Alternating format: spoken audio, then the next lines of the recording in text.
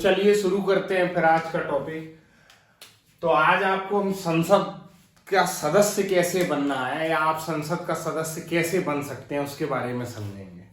ठीक है, तो दो आर्टिकलों पर ध्यान देना है। सबसे पहला आर्टिकल 84 यानी 84 और आर्टिकल 102। ठीक है, आर्टिकल क्रम वाइज हम इसलिए याद नहीं कर रहे हैं, नहीं फिर आपका कॉन्सेप्ट क्लियर नहीं हो पाएगा। इसलिए 84 को देखते हैं कि आप संसद के सदस्य या सांसद कैसे बन सकते हैं। तो देखिए आर्टिकल 84 कहता है संसद की सदस्यता के लिए योग्यता। क्या आप में योग्यता होनी चाहिए कि आप संसद के सदस्य बन सकते हैं। तो योग्यता क्या होगी, भारत का नागरिक हो। अब भारत के नागरिक आप भी हैं, यानी आप भी संसद के सदस्य या सांसद बन सकते हैं। दूसरा उम्र, यहां से क्वेश्चन सबसे ज्यादा पूछा जाता है कि संसद के सदस्यता के लिए क्या उम्र है। तो यहां पर दो क्राइटेरिया दिए हैं। सबसे पहले अगर हम राज्यसभा यानी उच्च सदन की बात करेंगे तो उच्च सदन में 30 वर्ष। भैया बड़ा सदन है, बड़े लोगों की सभा है, इसलिए उसकी उम्र ज्यादा होगी। तो कितनी हुई, 30 वर्ष। दूसरा लोकसभा, तो लोकसभा की बात करेंगे तो निम्न सदन है, छोटा सदन है, तो 25 वर्ष। लोकसभा के लिए 25 वर्ष और राज्यसभा के लिए 30 वर्ष। ठीक है, फिर अगला क्वेश्चन है मतलब अगला इसी में है संसद द्वारा निर्धारित योग्यता धारण करता हो। कहने का मतलब यह है कि सांसद, अगर आपको सांसद बनना है तो संसद जो विधि बनाएगी उसके अनुसार आप में योग्यता होनी चाहिए। ठीक है, उसके अनुसार आप में योग्यता होगी तभी आप संसद में सांसद बनकर जा सकते हैं। ठीक है, अब यहां से थोड़ा सा ट्रिकी क्वेश्चन आता है। क्वेश्चन आता है कि प्रधानमंत्री बनने के लिए निम्नतम कितनी आयु, मिनिमम कितनी एज चाहिए जिससे आप प्रधानमंत्री बन सकते हैं। तो यहां पर आपने जब प्रधानमंत्री का टॉपिक पढ़ा था तो हमने देखा था कि सदन के नेता ही को प्रधानमंत्री कहते हैं। अब चाहे वो लोकसभा से हो चाहे राज्यसभा से, यानी मिनिमम 25 वर्ष। यहां पर आंसर आएगा मिनिमम 25 वर्ष। यहां पर लोग कंफ्यूज हो जाते हैं, जैसे राष्ट्रपति के लिए 35 है तो लोगों को लगता है कि प्रधानमंत्री के लिए भी इतनी होगी। लेकिन देखिए प्रधानमंत्री जो है वह सदन के नेता द्वारा चुना जाता है, जिसका बहुमत होगा वह प्रधानमंत्री होगा। तो सदन में जो मिनिमम उम्र है वो कितनी है, तो लोकसभा के जो सदन है उसमें 25 वर्ष है और राज्यसभा के सदन में 30 वर्ष है। तो प्रधानमंत्री के लिए न्यूनतम आयु 25 वर्ष होगी। तो ये फैक्ट थोड़ा याद रखिए। तो ये योग्यता है, उम्मीद करता हूं कि आप में होंगी। तो आप में से कोई भी प्रधानमंत्री भी बन सकता है और संसद का सदस्य भी बन सकता है। अब बात करते हैं आर्टिकल 102। पहले तो सवाल आता है क्या होना चाहिए, फिर सवाल आता है क्या नहीं होना चाहिए। पहले तो बात करते हैं क्या होना चाहिए और फिर आता है क्या नहीं होना चाहिए, यानी अयोग्यता। संसद की सदस्यता के लिए अयोग्यता। तो सबसे पहले लाभ के पद पर ना हो, मतलब कि किसी भी ऐसे लाभ के पद पर ना हो जिसे संसद वर्जित करता हो। अब मान लीजिए आप कलेक्टर हैं और सांसद बन जाए, ऐसा नहीं हो सकता। या आप किसी जिले के एसपी हैं और फिर आपने चुनाव लड़ा और आप सांसद बन गए, तो ऐसा बिल्कुल नहीं होगा। तो ऐसी कोई भी सेवा जो राज्य या केंद्र सरकार के अधीन किसी भी सेवा में जिसमें वह लाभ के पद पर है तो वह संसद का सदस्य नहीं बनेगा। पहले ही क्वेश्चन देखिए, सबसे ज्यादा क्वेश्चन आते हैं। पहले तो संसद के सदस्यता के लिए योग्यता क्या क्या होनी चाहिए सॉरी, भारत का नागरिक हो। दूसरा उम्र, लोकसभा यानी निम्न सदन में 25 वर्ष और राज्यसभा यानी उच्च सदन में 30 वर्ष होनी चाहिए। फिर संसद द्वारा निर्धारित अयोग्यता धारण करता, मतलब संसद ने अगर कोई संसद द्वारा निर्धारित योग्यता धारण करता हो, मतलब संसद ने कोई विधि बनाई है उसके अनुसार योग्यता होनी चाहिए उसमें। ठीक है, कहने का मतलब है संसद ये रही। अब ये किसी का घर है मान लीजिए।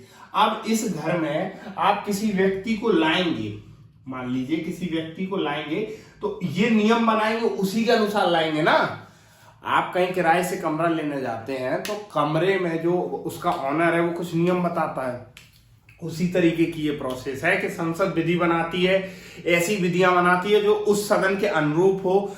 वह विधि के अनुसार अगर कोई व्यक्ति है तो वही संसद का सदस्य बन सकता है। ठीक है, अब बात कर लेते हैं अयोग्यता की। तो लाभ के पद पर ना हो, जैसा मैंने बोला कि किसी भी लाभ, मान लीजिए आप कलेक्टर, एसपी या किसी भी लाभ के पद पर है, चाहे वो केंद्र सरकार द्वारा, राज्य सरकार द्वारा, तो और जिसे संसद ने वर्जित किया हो तो फिर आप संसद के सदस्य नहीं बन सकते। दूसरा, वह विक्रचित हो जाता हो। अब देखिए, विक्रचित का मतलब है पागल। कोई पागल व्यक्ति संसद का सदस्य नहीं बन सकता है, क्योंकि संसद का कार्य क्या है? कानून बनाना। किसके लिए कानून बनाना? देश के लिए कानून बनाना। कैसा कानून बनाना? कल्याणकारी, जिससे देश का कल्याण हो, ताकि देश सतत विकास कर सके। तो अगर किसी पागल व्यक्ति को आप संसद का सदस्य बना देते हैं तो वह कैसी विधियां बनाएगा? पागलों जैसी। तो देश के कानून बनाने वाली संस्था है, तो उसमें किसी पागल व्यक्ति को संसद का सदस्य नहीं बनाया जाएगा। यह वह दिवालिया हो जाता हो। अगर वह दिवालिया हो जाता हो, दिवालिया मतलब कंगाल। अब विजय माल्या साहब को आप संसद का सदस्य बना दो, तो पहले तो वो क्या विधि बनाएंगे कि उनका जो उन्होंने जो घोटाला किया है वह समाप्त हो। पहले तो वो ऐसी विधि बनाएंगे, तो ऐसे व्यक्ति को, जो व्यक्ति दिवालिया है, उस व्यक्ति को संसद का सदस्य नहीं बनाया जाएगा। क्योंकि फिर क्वेश्चन क्या है? संसद का कार्य क्या है? कानून बनाना। किसके लिए कानून बनाना? जनता के लिए कानून बनाना। अब ऐसा व्यक्ति तो खुद लुटेरा हो, दिवालिया हो चुका हो, कंगाल हो, उस व्यक्ति को संसद का सदस्य कैसे बना दें? क्योंकि अगर उसको संसद का सदस्य बनाएंगे तो वो इस प्रकार के कानून बनाएगा जो कहीं ना कहीं जनता का शोषण कर सके, कल्याणकारी ना हो। फिर यदि वह भारत की नागरिकता त्याग देता हो। अब सोचिए, किसी बाहरी व्यक्ति को संसद का सदस्य कैसे बना दे? फिर वही क्वेश्चन कि संसद का कार्य क्या है? कानून बनाना। कैसा कानून? जो जनता का कल्याण कर सके। अब मान लीजिए, जिस व्यक्ति को भारत की नागरिकता कौन त्यागता है? जिसको भारत से लगाव नहीं है। अब इसको आप दूसरे एंगल में मत ले जाइए। कुछ लोग मजबूरी में त्याग देते होंगे, अक्षय कुमार जैसे लोग, जिन्होंने कहा कि कनाडा में काम के लिए उन्होंने नागरिकता त्यागी, लेकिन इनडायरेक्टली उनका कहना यह है ना कि भारत की नागरिकता काम की नहीं है, भारत की नागरिकता से उन्हें इतना लगाव नहीं है, इसलिए उन्होंने दूसरे देश की नागरिकता ग्रहण कर ली। और दूसरे देश की नागरिकता ग्रहण तब की जाएगी जब भारत की नागरिकता त्याग दी। अब जिस व्यक्ति ने भारत की नागरिकता त्याग दी, उस व्यक्ति को भारत से कोई लगाव नहीं है, भारत के किसी कानून से लगाव नहीं है। अब उसको आप संसद का सदस्य बना दो, तो संसद का अगर आपने सदस्य बना दिया तो क्या गारंटी है कि वह ऐसा कानून बनाएगा जो जनता के कल्याण के लिए होगा, जनता के हित के लिए होगा? तो ऐसे व्यक्ति को, जिसने भारत की नागरिकता त्याग दी हो, उसे भी संसद का सदस्य नहीं बनाया जा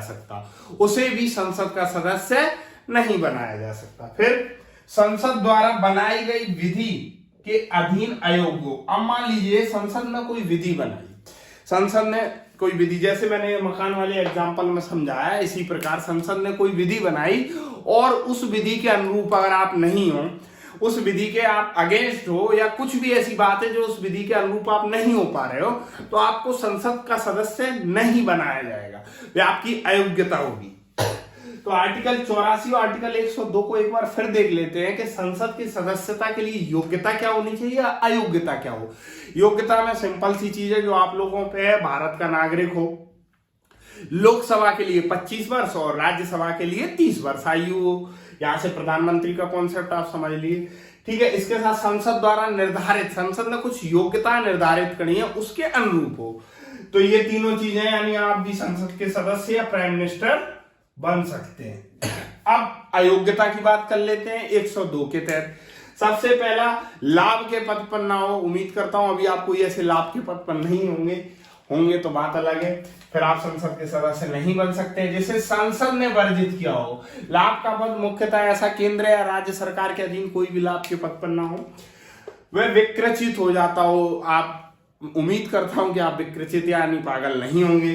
फिर वह दिवालिया हो जाता हो, कंगाल, यदि वह भारत की नागरिकता त्याग देता हो तो अभी आप भारत के नागरिक होंगे, इसलिए आप भी संसद के सदस्य बन सकते हैं और संसद द्वारा बनाई गई विधियों के अधीन अयोग्य हो, मतलब कि संसद ऐसी कोई विधि बनाए जिसके अगर जिसकी शर्तों के अनुसार आप नहीं चल रहे हैं और आपको अयोग्य ठहरा दिया गया है तो आप संसद के सदस्य नहीं बन सकते हैं। चलिए, तो इसी प्रकार हम संसद की योग्यता अयोग्यता या दूसरे शब्दों में आप संसद के सदस्य बनकर कैसे प्राइम मिनिस्टर बन सकते हैं उसके बारे में समझते हैं। चलिए, हैप्पी दिवाली। चैनल को लाइक शेयर सब्सक्राइब जरूर करिए। फिर अगले टॉपिक में मिलते हैं।